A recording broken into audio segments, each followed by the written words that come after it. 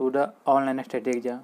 दोस्तों आज हम इस वीडियो में Gyan Bindu GS academy Roshan Anand sir का जो है बिहार एसआई का वर्दी लेकर रहेंगे टेस्ट सीरीज 8 को डिस्कस करेंगे। इससे पहले का टेस्ट सीरीज दोस्तों 1 से लेकर 7 तक आप नहीं देखे हैं तो उस टेस्ट सीरीज को हमारे प्लेलिस्ट में वीडियो है उसे ज़रूर देख लेंगे। अभी तक दोस्तों हमारे चैनल पर नए हैं दोस्तों तो हमारे चैनल को सब्सक्राइब जरूर करिए और बेल आइकन नोटिफिकेशन को ऑन कर लें। चलिए दोस्तों आज के हम सेशन को शुरू करते हैं। वीडियो के अंत में दोस्तों आप अपना स्कोर जरूर बताइएगा कि आपका इसमें स्कोर कितना रहा। हमारा पहला प्रश्न दिया गया है कि निम्नलिखित में से असत्य विकल्प को चुनें। तो आपका इसका असत्य विकल्प कौन सा है?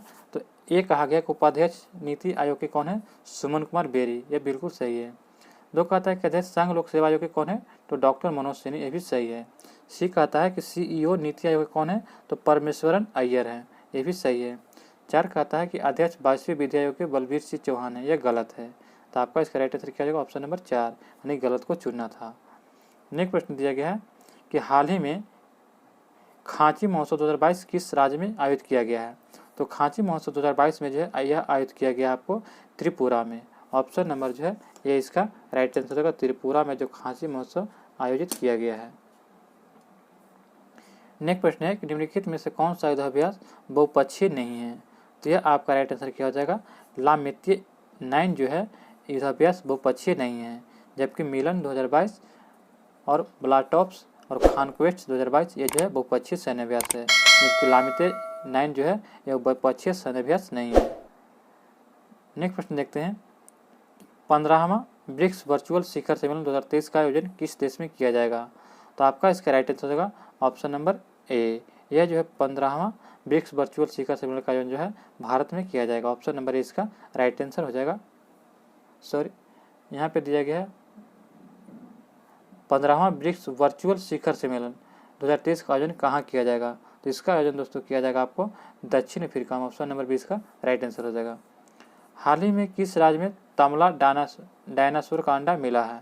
तो हाल ही में जो किस राज्य में तमला डायनासोर का अंडा मिला है? तो यह आपको मिला है मध्य प्रदेश में। ऑप्शन नंबर जो है 4 इसका राइट आंसर होगा मध्य प्रदेश में। हाल ही में अंतर्राष्ट्रीय रेंजर पुरस्कार 2022 किसे दिया गया? तो यह पुरस्कार दिया गया है आपको असम को। ऑप्शन नंबर 20 का राइट आंसर होगा असम को जो हाल ही में अंतर्राष्ट्रीय रेंजर पुरस्कार 2022 दिया गया है। नेक्स्ट प्रश्न है कि role of the labour in India development नामक पुस्तक के लेखक कौन है? तो इसके लेखक हो जाएंगे कौन? तो भूपेंद्र यादव। भूपेंद्र यादव जो है यह role of the labour in India development नामक पुस्तक के लेखक है। ऑप्शन नंबर सी इसका राइट आंसर हो जाएगा। नेक्स्ट प्रश्न दोस्तों निम्नलिखित में से कौन सा विकल्प असत्य है? तो विश्व जल दिवस 21 मार्च को मनाते हैं, यह गलत है। विश्व जल दिवस जो है हम लोग 22 मार्च को मनाते हैं। 22 मार्च को हम बिहार दिवस भी मनाते हैं और विश्व क्षय दिवस 24 मार्च को मनाते हैं और 4 बाहर दिवस 4 मार्च को मनाते हैं। चलिए नेक्स्ट प्रश्न देखते हैं। तो आपका इसका राइट आंसर होगा ऑप्शन नंबर ए हो जाएगा। विश्व जल दिवस 22 मार्च को मनाते हैं। भारत द्वारा शून्य कार्बन उत्सर्जन करने का लक्ष्य कब तक रखा गया है? तो यह रखा गया 2070 तक। 2070 तक जो है भारत में शून्य कार्बन उत्सर्जन करने का लक्ष्य रखा गया है। 36वां राष्ट्रीय खेल 2022 का सर्वश्रेष्ठ महिला खिलाड़ी का खिताब किससे मिला है? तो यह खिताब मिला है आपको हर्षिका रामचंद्रन को। ऑप्शन नंबर ए इसका राइट आंसर हो जाएगा। 36वां राष्ट्रीय खेल 2022 का सर्वश्रेष्ठ महिला खिलाड़ी का खिताब जो है हर्षिका रामचंद्रन को दिया गया है। ऑप्शन नंबर ए इसका राइट आंसर हो जाएगा। नेक्स्ट प्रश्न है कि हाल ही में कौन सा देश हवांगसोंग 17 का सफल परीक्षण किया गया? तो यह सफल परीक्षण किया गया उत्तर कोरिया के द्वारा। ऑप्शन नंबर 20 का राइट आंसर हो जाएगा। नेक्स्ट प्रश्न है कि पर्यावरण प्रदर्शन सूचकांक 2022 में प्रथम स्थान डेनमार्क को प्राप्त हुआ है, वह भारत को कौन सा स्थान प्राप्त हुआ है? तो भारत को जो है इसमें कौन सा स्थान प्राप्त हुआ है? तो आपका इसका राइट आंसर क्या हो जाएगा? ऑप्शन नंबर बी 180वां स्थान जो भारत को प्राप्त हुआ है। ऑप्शन नंबर 20 का राइट आंसर हो जाएगा 180वां। नेत्रहीन T20 वर्ल्ड कप के ब्रांड एम्बेसडर किसे बनाया गया है? तो यह ब्रांड एम्बेसडर बनाया गया आपका राइट आंसर हो जाएगा युवराज सिंह को। नेत्रहीन T20 वर्ल्ड कप के ब्रांड एम्बेसडर युवराज सिंह को बनाया गया है। 100% हर घर जल घोषित राज्य कौन सा है? तो यह आपका राइट आंसर क्या हो जाएगा? 100% हर घर जल घोषित राज्य गुजरात बन गया। ऑप्शन नंबर इसका राइट आंसर हो जाएगा। आरबीआई के अनुसार भारत का सबसे बड़ा मैन्युफैक्चरिंग हब कौन सा राज्य बना है? तो यह आपका राइट आंसर क्या हो जाएगा? ऑप्शन नंबर सी, यानी कि गुजरात राज्य जो है आरबीआई के अनुसार भारत का सबसे बड़ा मैन्युफैक्चरिंग हब बन गया। ऑप्शन नंबर सी इसका राइट आंसर हो जाएगा। निम्नलिखित युग्मों में से किस भौतिक राशियों का समान विमा सूत्र नहीं होता है? तो नहीं होता है तो आपका इसका राइट आंसर हो जाएगा बल और दाब का जो समान विमीय सूत्र नहीं होता है, जबकि कार्य ऊर्जा का होता है, बल भार का होता है, आवेग और संवेग का समान होता है, जबकि बल और दाब का समान विमीय सूत्र नहीं होता। ऑप्शन नंबर इसका राइट आंसर हो जाएगा। कोयले का जलना जो है डॉट डॉट ऊर्जा को डॉट डॉट ऊर्जा में परिवर्तित करता है। तो कोयला जो होता है यह आपको जो है कोयले को जलना या रासायनिक ऊर्जा को जो है ऊष्मा ऊर्जा में परिवर्तित करता है। ऑप्शन नंबर 20 का राइट आंसर हो जाएगा। निम्नलिखित कथनों पर विचार कीजिए। कथन ये कहता है कि समस्थानिकों के रासायनिक गुण भिन्न भिन्न होते हैं। तो समस्थानिकों के रासायनिक गुण क्या होते हैं? भिन्न भिन्न होते हैं, यह गलत है। समस्थानिक के रासायनिक गुण समान होते हैं, यह भी गलत है। तो आपका इसका राइट आंसर होगा इनमें से कोई नहीं, ऑप्शन नंबर 4। निम्नलिखित कथनों पर विचार कीजिए। श्यानता ठोस, द्रव तथा गैस का गुण है। श्यानता जो है ठोस, द्रव और गैस का गुण है, यह गलत है। एक आदर्श तरल की श्यानता शून्य होती है, बिल्कुल सही है। ताप बढ़ने पर द्रवों की श्यानता बढ़ जाती है, गलत है। तो ऑप्शन नंबर 20 का राइट आंसर होगा केवल 2। अंधेरे कमरे में यदि एक काली और सफ़ेद वस्तु को समान ताप पर गर्म करके रखा जाए तो काली वस्तु अधिक विकिरण उत्सर्जित करता है। यह नियम क्या कहलाता है? तो इस नियम को जो हम लोग क्रिकहॉफ के नियम से जानते हैं। ऑप्शन नंबर सी इसका राइट आंसर हो जाएगा। क्रिकहॉफ का नियम कहता है कि अंधेरे कमरे में यदि काली और सफ़ेद वस्तु को समान ताप पर गर्म करके रखा जाए तो काली वस्तु अधिक विकिरण उत्सर्जित करेगा। ऑप्शन नंबर सी इसका राइट आंसर होगा क्रिकहॉफ का नियम। नेक्स्ट प्रश्न देखते हैं। किसी खोखले चालक के अंदर विद्युत का क्षेत्र का मान शून्य किसी खोखले चालक के अंदर विद्युत क्षेत्र का मान क्या होता है? तो इसका जो है मान शून्य होता है। ऑप्शन नंबर 4 इसका राइट आंसर हो जाएगा, शून्य होता है। नेक्स्ट प्रश्न दिया गया हमारा कि पॉजिट्रॉन पर कौन सा आवेश होता है? तो पॉजिट्रॉन होता है, इस पर जो है धनात्मक आवेश होता है। ऑप्शन नंबर इसका राइट आंसर हो जाएगा। प्रकाश का रंग निश्चित किया जाता है किसके द्वारा? तो प्रकाश का रंग जो है तरंगदैर्घ्य के द्वारा निश्चित किया जाता है। ऑप्शन नंबर सी इसका राइट आंसर हो जाएगा। सबसे पहला नाभिकीय रिएक्टर किसने बनाया था? तो सबसे पहला नाभिकीय रिएक्टर बनाया था फर्मी ने। ऑप्शन नंबर 4 इसका राइट आंसर हो जाएगा, फर्मी। नेक्स्ट प्रश्न दिया गया हमारा कि निम्नलिखित में से कौन प्राथमिक सेल का उदाहरण नहीं है? तो आपका इसका राइट आंसर होगा सीसा संचायक सेल जो है यह प्राथमिक सेल का उदाहरण नहीं है, जबकि डेनियल सेल, लेकलांग सेल और वोल्टियर सेल जो है यह प्राथमिक सेल का उदाहरण है। अगला प्रश्न दिया गया है कि लेंस की गोलाई का बढ़ जाना और लेंस की फोकस दूरी का घट जाना और लेंस की क्षमता का बढ़ जाना उपयुक्त कारण किससे संबंधित है? तो यह जो होता है निकट दृष्टि दोष में होता है। ऑप्शन नंबर सी इसका राइट आंसर हो जाएगा। निकट दृष्टि दोष में होता है कि लेंस की गोलाई बढ़ जाता है और इसकी फोकस दूरी घट जाती है और क्षमता क्या होती है? बढ़ जाती है। अगला प्रश्न देखते हैं। निम्नलिखित में से किस विधि द्वारा कार्बनिक मिश्रण को अलग किया जाता है? तो कार्बनिक मिश्रण को जो भाप आसवन विधि द्वारा अलग किया जाता है। ऑप्शन नंबर 4 इसका राइट आंसर हो जाएगा। सर्वाधिक इलेक्ट्रॉन बहुलता वाला तत्व कौन सा है? तो सबसे सर्वाधिक इलेक्ट्रॉन बहुलता वाला तत्व क्लोरीन है। ऑप्शन नंबर इसका राइट आंसर हो जाएगा, क्लोरीन। निम्न में से किस तत्व को यौगिक में हाइड्रोजन बंध नहीं पाया जाता है? तो हाइड्रोजन बंध जो है आपका क्लोरीन में नहीं पाया जाता, जबकि फ्लोरीन, नाइट्रोजन और ऑक्सीजन में जो है हाइड्रोजन बंध पाया जाता है। नेक्स्ट प्रश्न है कि कपूर में वायु का विलयन किसका उदाहरण है? तो कपूर में जो वायु का विलयन होता है यह आपका ठोस में गैस का विलयन है। ऑप्शन नंबर सी इसका राइट आंसर हो जाएगा, ठोस में गैस का विलयन। मिलेराइट किसका अयस्क है? तो मिलेराइट जो है यह आपका जो है निकेल का अयस्क है। ऑप्शन नंबर 20 का राइट आंसर हो जाएगा, मिलेराइट निकेल का अयस्क है। मक्खन कोलाइड कब बनता है? मक्खन कोलाइड तब बनता है जब यह वसा की गुलिकाएं पानी के छितरे जाते हैं। जब वसा की गुलिकाएं पानी में छितर जाते हैं तब मक्खन कोलाइड बन जाता है। नेक्स्ट प्रश्न देखते हैं। टेफ्लॉन का सामान्य नाम क्या है? तो टेफ्लॉन का जो सामान्य नाम है इसे हम लोग पॉलीटेट्राफ्लोरोइथिलीन के नाम से जानते हैं। ऑप्शन नंबर इसका राइट आंसर हो जाएगा। नेक्स्ट प्रश्न दिया गया हमारा कि डायनामाइट के निर्माण में प्रयुक्त होने वाला रासायनिक पदार्थ क्या है?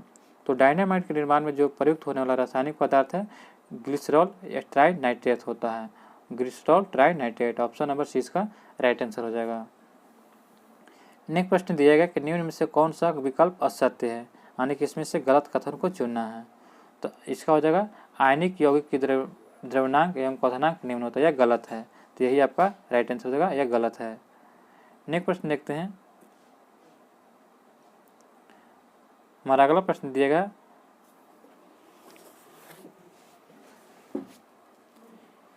कि केंद्रक पैतृक लक्षणों की वंशागति में भाग लेता है, यह कथन है किसका। तो केंद्रक जो पैतृक लक्षणों में की वंशागति में भाग लेता है, यह लक्षण किसका है। तो आपका इसका राइट आंसर होगा स्ट्रासबर्गर के द्वारा कथन कहा गया था, स्ट्रासबर्गर के द्वारा। ऑप्शन नंबर सी इसका राइट आंसर हो जाएगा। किस जिम्नोस्पर्म समूह के पौधे में सेंड्रस तेल निकाला जाता है। तो यह सेंड्रस तेल आपको निकाला जाता है देवदार से। ऑप्शन नंबर 20 का राइट आंसर होगा। देवदार से जो है, देवदार के जिम्नोस्पर्म के समूह के पौधे हैं जिससे सेंड्रस तेल निकाला जाता है। नेक्स्ट प्रश्न है कि अंगूर में किस प्रकार का अपस्थानिक जड़ पाया जाता है। तो इसमें जो है मणिकामय जड़ें पाए जाते हैं। ऑप्शन नंबर 4 इसका राइट आंसर हो जाएगा। अंगूर में जो है अपस्थानिक जड़ पाया जाता है तो मणिकामय जड़ें। ऑप्शन नंबर 4 इसका राइट आंसर हो जाएगा। नेक्स्ट प्रश्न है कि पुष्प का सहायक अंग कौन सा होता है। तो पुष्प का जो सहायक अंग होता है दलपुंज होता है। ऑप्शन नंबर इसका राइट आंसर हो जाएगा। दलपुंज जो होता है पुष्प का सहायक अंग कहलाता है। निम्नलिखित में से सत्य विकल्प कौन सा है। तो खरगोश में कुल कितने गुणसूत्र होते हैं। तो खरगोश में 44 गुणसूत्र होते हैं। कबूतर में कितने गुणसूत्र हैं। तो कबूतर में जो है 80 गुणसूत्र होते हैं। कितने 80 गुणसूत्र कबूतर में होते हैं, याद रखिएगा। जबकि चिंपैंजी में 48 होते हैं, मेढक में 26। तो आपका इसका right answer option number B, यह गलत है। किस संघ के जीव का उत्सर्जन फ्लेम कोशिकाओं द्वारा होता है। तो यह जो है संघ प्लेटीहेल्मिंथिस जो है जीव का जो उत्सर्जन फ्लेम कोशिकाओं द्वारा होता है। ऑप्शन नंबर सी इसका राइट आंसर हो जाएगा। यानी कि आरबीसी का मृत्यु स्थल क्या है। तो आरबीसी कहाँ पे, आरबीसी का मृत्यु स्थल कहाँ है। तो आपका इसका राइट आंसर क्या हो जाएगा 42 का ए, यकृत में। ऑप्शन नंबर इसका राइट आंसर हो जाएगा।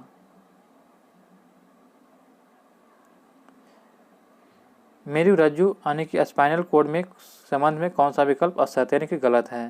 तो स्पाइनल कोड के संबंध में यह परिवर्तित क्रिया के केंद्र का कार्य करता है, बिल्कुल सही है। मस्तिष्क को आने जाने वाले उद्दीपक का श्रवण करता है, यह भी सही है। यह परिवर्तित क्रियाओं का पता सर्वप्रथम लैंगिलिक ने लगाया था, यह गलत है। तो ऑप्शन नंबर सी इसका राइट आंसर हो जाएगा सी। नेक्स्ट प्रश्न हमारा दिया गया है निम्नलिखित में से कौन सा कार्बोहाइड्रेट का कार्य नहीं है। तो कार्बोहाइड्रेट का कार्य नहीं है तो विटामिन डी का संश्लेषण करना ये कार्बोहाइड्रेट का कार्य नहीं है। जबकि न्यूक्लिक अम्ल का निर्माण करना कार्बोहाइड्रेट का कार्य है। जंतुओं के बाह्य कंकाल का निर्माण करना एक कार्बोहाइड्रेट का कार्य है।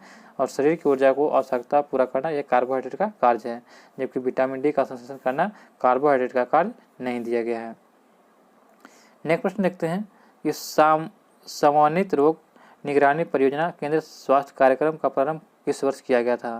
तो इसका प्रारंभ जो है 1997 से 98 में किया गया था। ऑप्शन नंबर इसका राइट आंसर हो जाएगा। अगला प्रश्न हमारा है कि रामानुज ट्रॉफी का संबंध किस खेल से है। तो रामानुज ट्रॉफी का संबंध जो है यह आपका टेबल टेनिस है। ऑप्शन नंबर सी इसका राइट आंसर हो जाएगा। नेक्स्ट प्रश्न है कि गाइडेड नामक पुस्तक के लेखक कौन है। तो गाइडेड नामक पुस्तक के लेखक कौन है। तो आपका इसका राइट आंसर होगा option number C, R K. Narayan द्वारा जो है गाइड नामक पुस्तक के लेखक हैं। ऑप्शन नंबर सी इसका राइट आंसर हो जाएगा। राष्ट्रीय आय निकालने के लिए एनएनपी में किससे घटाया जाता है। तो राष्ट्रीय आय निकालने के लिए जो है एनएनपी में जो है हम अप्रत्यक्ष कर को घटाते हैं। ऑप्शन नंबर ए इसका राइट आंसर हो जाएगा। हवाला क्या है। तो हवाला जो है यह एक प्रकार का विदेशी मुद्रा का अवैध कारोबार है। विदेशी मुद्रा का अवैध कारोबार को हवाला कहते हैं। ऑप्शन नंबर 4 इसका राइट आंसर हो जाएगा। नेक्स्ट प्रश्न है कि देश के सभी गांवों में वित्तीय सेवाएं उपलब्ध कराने के उद्देश्य से गठित समिति कौन सा है। तो देश के सभी गांवों में वित्तीय सेवा उपलब्ध कराने के उद्देश्य से गठित समिति का नाम क्या है। तो इस समिति को जो हम लोग क्या कहते हैं तो उषा थोराट समिति। ऑप्शन नंबर जो है 4 इसका राइट आंसर होगा। उषा थोराट समिति कहा जाता है। निम्नलिखित में से कौन सा उत्खननकर्ता कालीबंगन के उत्खननकर्ता से संबंधित नहीं है। तो आपका इसका राइट आंसर होगा option number B, J P Joshi जो है ये कालीबंगन के उत्खननकर्ता से संबंधित नहीं है। जबकि अमलानंद घोष, बीबी लाल और बीके थापर जो है यह कालीबंगा को उत्खननकर्ता से संबंधित रखते हैं। नेक्स्ट प्रश्न है कि शून्यतावाद दर्शन किससे संबंधित है? तो यह आपका राइट आंसर हो जाएगा ऑप्शन नंबर ए, यानी कि शून्यतावाद दर्शन जो है यह बौद्ध धर्म से संबंधित है। ऑप्शन नंबर ए इसका राइट आंसर हो जाएगा। अशोक की धाम नीति का मूल सिद्धांत क्या है? तो इसका मूल सिद्धांत था स्वनियंत्रण। स्वनियंत्रण करना अशोक की धाम नीति का मूल सिद्धांत था। नेक्स्ट प्रश्न दिया गया हमारा कि निम्नलिखित कथनों पर विचार कीजिए। इस शैली को इंडो ग्रीक शैली या ग्रीक बुद्धिस्ट शैली भी कहा जाता है। इसका सर्वाधिक विकास जो है कुषाण काल में हुआ था। तो यह क्या है? तो यह सही है। 2 कहता है उस काल की विषय वस्तु बौद्ध परंपराओं से ली गई है, भी सही है। इसका उत्पत्ति का स्रोत एशिया माइनर से है, ये भी सही है। यानी कि 1, 2, 3 सही है। ऑप्शन नंबर 20 का राइट आंसर हो जाएगा 1, 2, 3। मिहिर भोज की उपलब्धियों की चर्चा की गई है किसमें? तो मिहिर भोज की उपलब्धियों की चर्चा जो है यह किया गया आपका ग्वालियर के अभिलेख में। ऑप्शन नंबर जो है 20 का राइट आंसर हो जाएगा। प्रश्न दिया गया है कि भारत में सर्वप्रथम एकता चलाया था किसने? तो आपका इसका राइट आंसर होगा सबसे पहले एकता प्रणाली जो है मोहम्मद गोरी के द्वारा चलाया गया था और इसे विस्तृत किया था इल्तुतमिश के द्वारा, लेकिन सबसे पहले पूछा जाएगा तो मोहम्मद गोरी हो जाएगा। ऑप्शन नंबर 6 का राइट आंसर। नेक्स्ट प्रश्न है हुमायूं के मकबरा का शिल्पकार कौन थे? तो हुमायूं के मकबरा का शिल्पकार कौन थे? तो मिर्जा गियास बेग। ऑप्शन नंबर जो है सी इसका राइट आंसर हो जाएगा।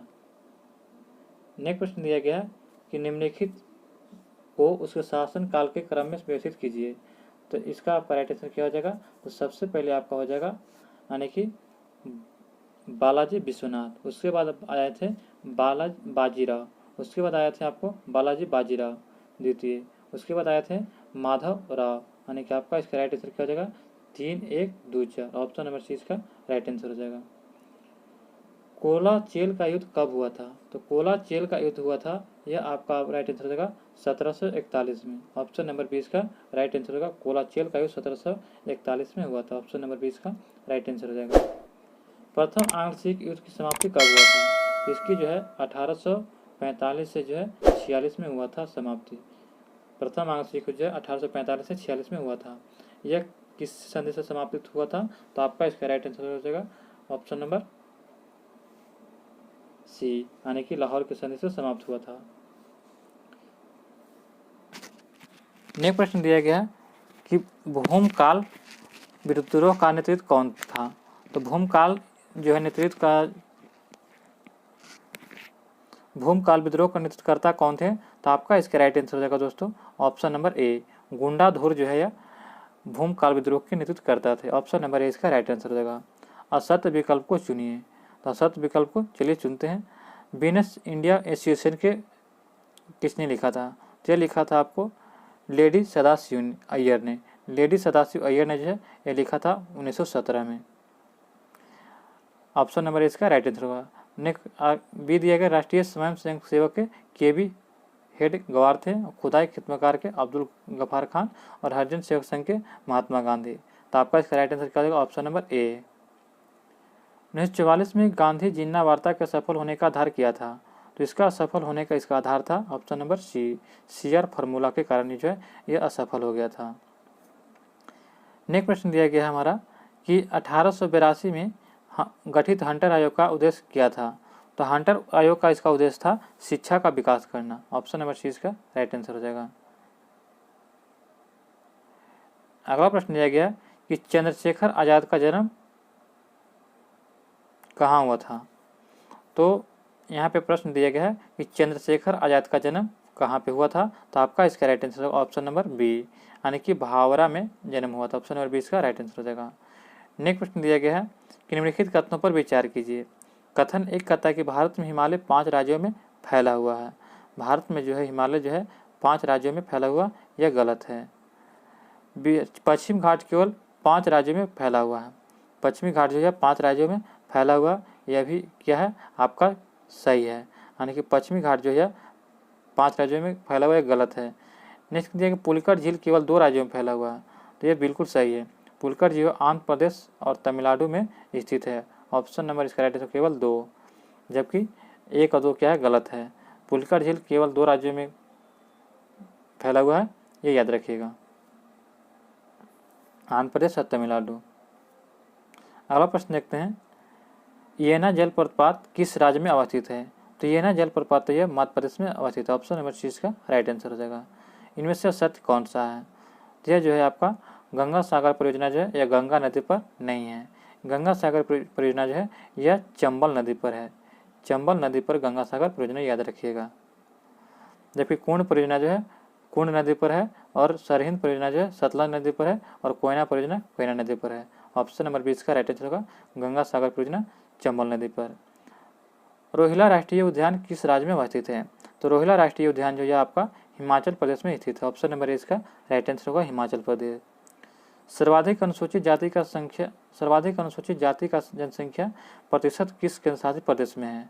तो यह हो जाएगा चंडीगढ़ में, जो सबसे ज़्यादा अनुसूचित जाति संख्या वाला लोग रहते हैं। ऑप्शन नंबर 20 का राइट आंसर हो जाएगा।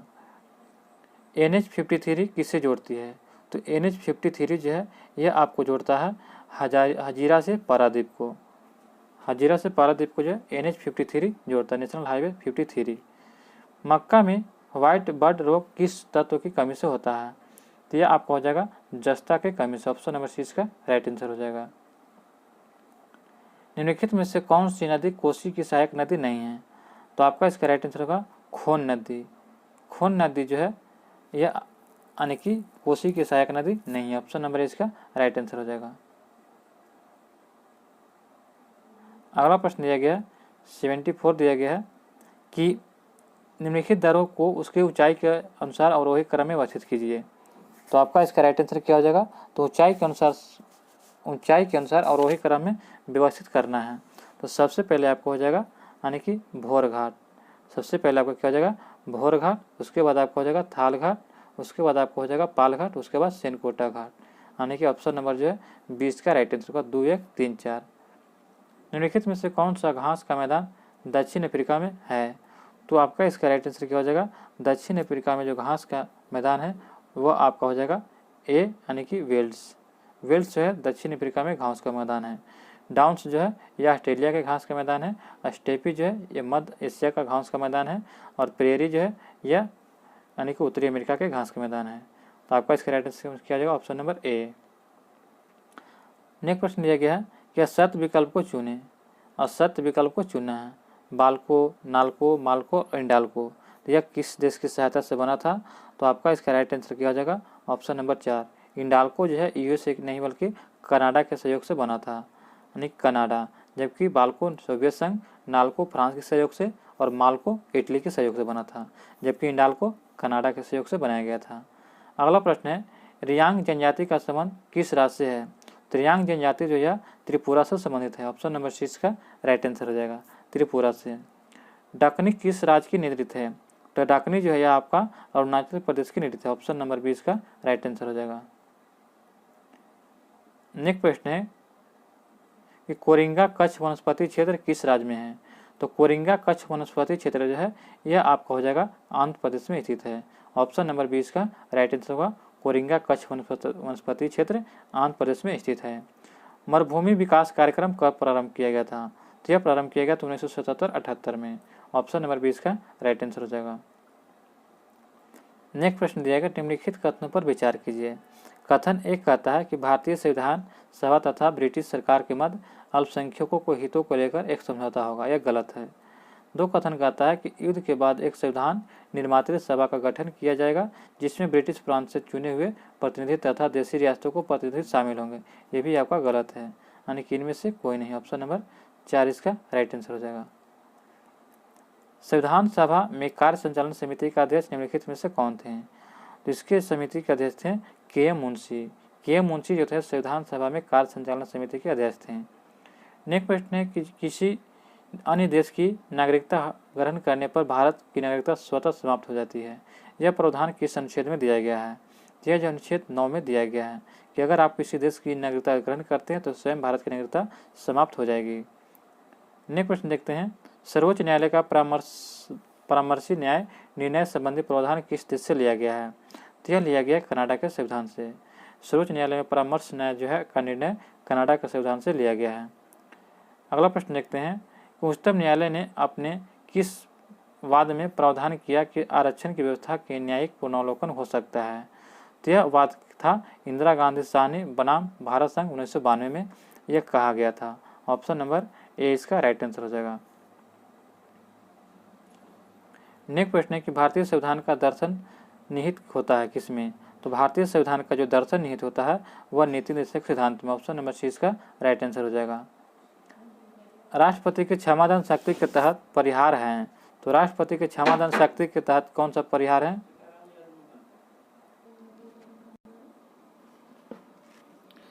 हमारा नेक्स्ट प्रश्न दिया गया है कि भारतीय संविधान का दर्शन निहित किसमें होता है। तो भारतीय संविधान का दर्शन जो है यह निहित होता है आपको नीति निर्देशक सिद्धांत में। ऑप्शन नंबर सी इसका राइट आंसर हो जाएगा। अगला प्रश्न है कि राष्ट्रपति की क्षमादान शक्ति के तहत परिहार हैं। तो किसके प्रति परिहार है। तो यह हो जाएगा सजा की मात्रा को बदलना। ऑप्शन नंबर जो है बी इसका राइट आंसर हो जाएगा। राष्ट्रपति जो किसी भी राष्ट्रपति को शक्ति प्रदान है कि किसी की भी सजा को मात्रा को बदल सकता है। ऑप्शन नंबर 20 का राइट आंसर हो जाएगा। नेक्स्ट प्रश्न है कि महाधिवक्ता का कार्यकाल कितना होता है। तो महाधिवक्ता का कार्यकाल होता है इनमें से कोई नहीं, यानी कि इनमें से कोई नहीं। ऑप्शन नंबर 4 इसका राइट आंसर हो जाएगा। अनुच्छेद 221 किससे संबंधित है। तो यह आपका क्या आंसर हो जाएगा। तो अनुच्छेद 221 जो है यह आपको संबंधित है, यानी कि संसद द्वारा न्यायाधीशों के वेतन व भत्ते का निर्धारण करना। ऑप्शन नंबर सी इसका राइट आंसर हो जाएगा। ऑप्शन नंबर सी। नेक्स्ट प्रश्न है निम्नलिखित में से कौन सा विकल्प असत्य है। तो आपका इसका राइट आंसर क्या हो जाएगा। तो ऑप्शन नंबर जो है सी इसका राइट आंसर हो जाएगा। ऑप्शन नंबर सी अनुच्छेद 369 से 92 यह गलत है। अनुच्छेद 369 से 92 जो है यह आपका गलत दिया गया है। निम्नलिखित विकल्पों में से असत्य हो जाएगा। प्रकीर्णन जो है यह आपका 361 से 67 में है।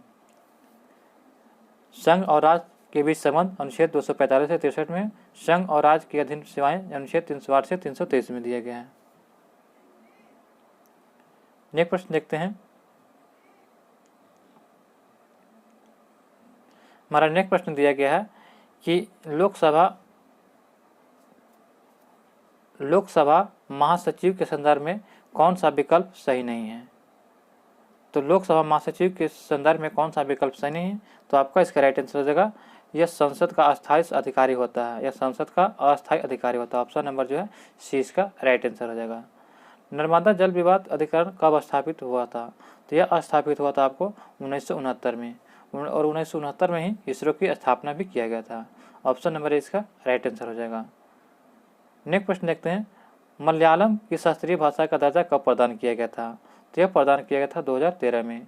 मलयालम जो है यह केरल की जो है भाषा है, शास्त्रीय भाषा, जो 2013 में प्रदान किया गया था। नेक्स्ट प्रश्न है कि राष्ट्रपति की संस्तुति को न्यायिक समीक्षा के दायरे में किस संशोधन के तहत लाया जाता है। तो यह लाया जाता है आपको ऑप्शन नंबर बी 44वें संशोधन के तहत। यह 44वें संशोधन जो है 1900 जो है यानी कि 78 में हुआ था, ये याद रखिएगा। नेक्स्ट प्रश्न है कि भूरिया समिति का गठन कब हुआ था। तो भूरिया समिति का गठन जो है यह हुआ था अनुसूचित क्षेत्र के अध्ययन के लिए। ऑप्शन नंबर सी इसका राइट आंसर होगा। भूरिया समिति का गठन जो है अनुसूचित क्षेत्र में अध्ययन के लिए किया करते हैं। ऑप्शन नंबर सी इसका राइट आंसर हो जाएगा। यहाँ से जो मैथ के प्रश्न दिए गए हैं 96 का आपका राइट आंसर क्या हो जाएगा, ए हो जाएगा, यानी 3। 97 का आपका राइट आंसर होगा यानी कि 11 हो जाएगा, यानी कि इसका 11/3 हो जाएगा। और 98 का आपका राइट आंसर क्या हो जाएगा, तो इसका आपका राइट आंसर होगा ऑप्शन नंबर 4 हो जाएगा, 225 हो जाएगा। और 99 का आपका राइट आंसर क्या हो जाएगा, तो इसका हो जाएगा आर हो जाएगा, यानी और 100 का इसका राइट आंसर क्या हो जाएगा, तो 100 का हो जाएगा right answer option number C 42। चलिए यह सेट यहाँ पे समाप्त होता है दोस्तों। यह वीडियो ये कैसा लगा हमें कमेंट बॉक्स में जरूर लिखें, और अभी तक दोस्तों हमारे चैनल पर नए तो हमारे चैनल को सब्सक्राइब करें और वीडियो को लाइक करें। धन्यवाद दोस्तों। जय हिंद, जय भारत।